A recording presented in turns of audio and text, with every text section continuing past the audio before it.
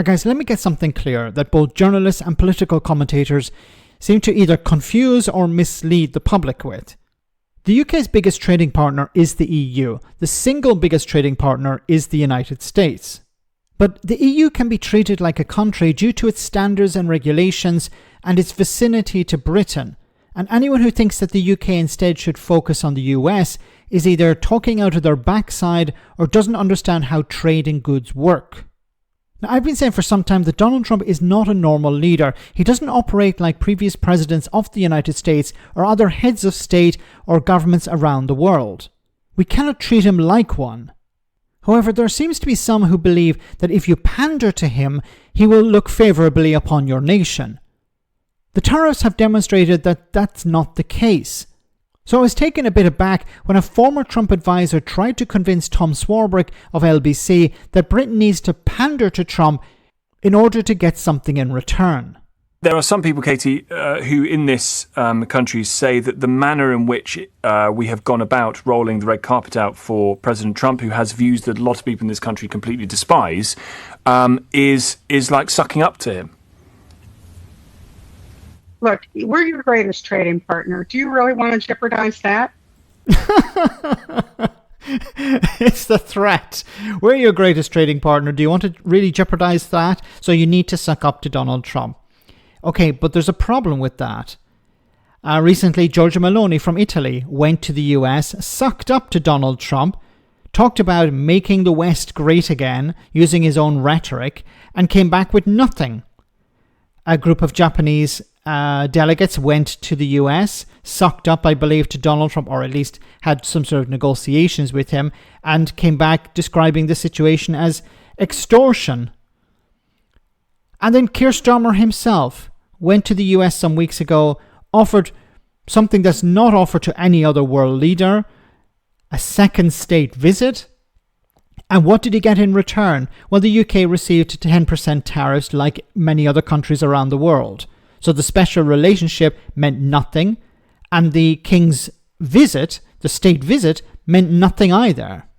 You know, there's a reality that President Trump understands. It's like a, geopolitics, but with an economic twist. And that's the single biggest reality in the world right now, is that the United States is the world's largest market. We're bigger than Europe.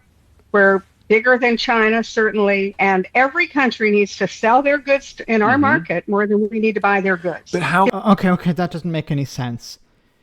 So other countries need to sell into the US market more than American consumers want those products. But if American consumers want those products, there's a market for them. You can't sell into a market that doesn't exist. So Americans want those products. If they didn't want them, there wouldn't be any trade. Does she not understand how trade works? You know, I want something, I don't have it here. Then I look around for someone else. Somebody else says, hey, I have this product. Would you like it? Do you want to buy it from me? Yes, I do. And then we trade. I give you money, you give me the product. Because I don't have the product produced here. But I understand what Trump is trying to do, or maybe trying to do. He's trying to create some sort of resurgence in US manufacturing. It's not going to work using tariffs and tariffs alone. You need to have some sort of industrial strategy. You need to pump money into industry. You need to create an atmosphere where people can come in and work in those industries. But he's not interested in doing that. You know, for example, Scottish whiskey. Sure. We love it. America would love it. But, we have alternatives. Now I know why this person worked for Donald Trump. He chooses the best people, doesn't he? The most intelligent. So there's an alternative to Scottish whiskey in America. What is that exactly? You guys don't have an alternative.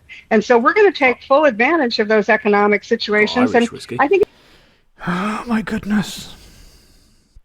Can someone tell me what the American alternative to Scottish whiskey is? Because if you're talking about American whiskey, that's not Scottish whiskey. There's only one reason why it's called Scottish whiskey, because it's made in frigging Scotland. Are these people, once again, I keep asking this question, are these people stupid, or are they just pretending to be stupid? I think if you come out with something like that, then it's not a pretense. Donald Trump surrounds himself with idiots. People who think, yeah, we can have American Scottish whiskey. It's not Scottish whiskey, in the same way as mozzarella produced in America is not mozzarella. Or Parmesan cheese produced in America is not Parmesan cheese. Donald Trump was talking about champagne produced in America. You can try and get close to that, but it will never be that. There's a reason why it's called Scottish whiskey. So Donald Trump and his sycophants think what we need to do is we need to produce more of our own, but there will be a higher cost there. I'm not against the idea of producing more of your own. There can be strategic advantages to that. There can be ecological advantages to that. It can be cheaper in some ways. But generally, it doesn't work. And that's why you rely on international trade. The US has benefited greatly over the last number of decades as a result of international trade. Donald Trump doesn't understand that. And this idiot here doesn't seem to understand it either.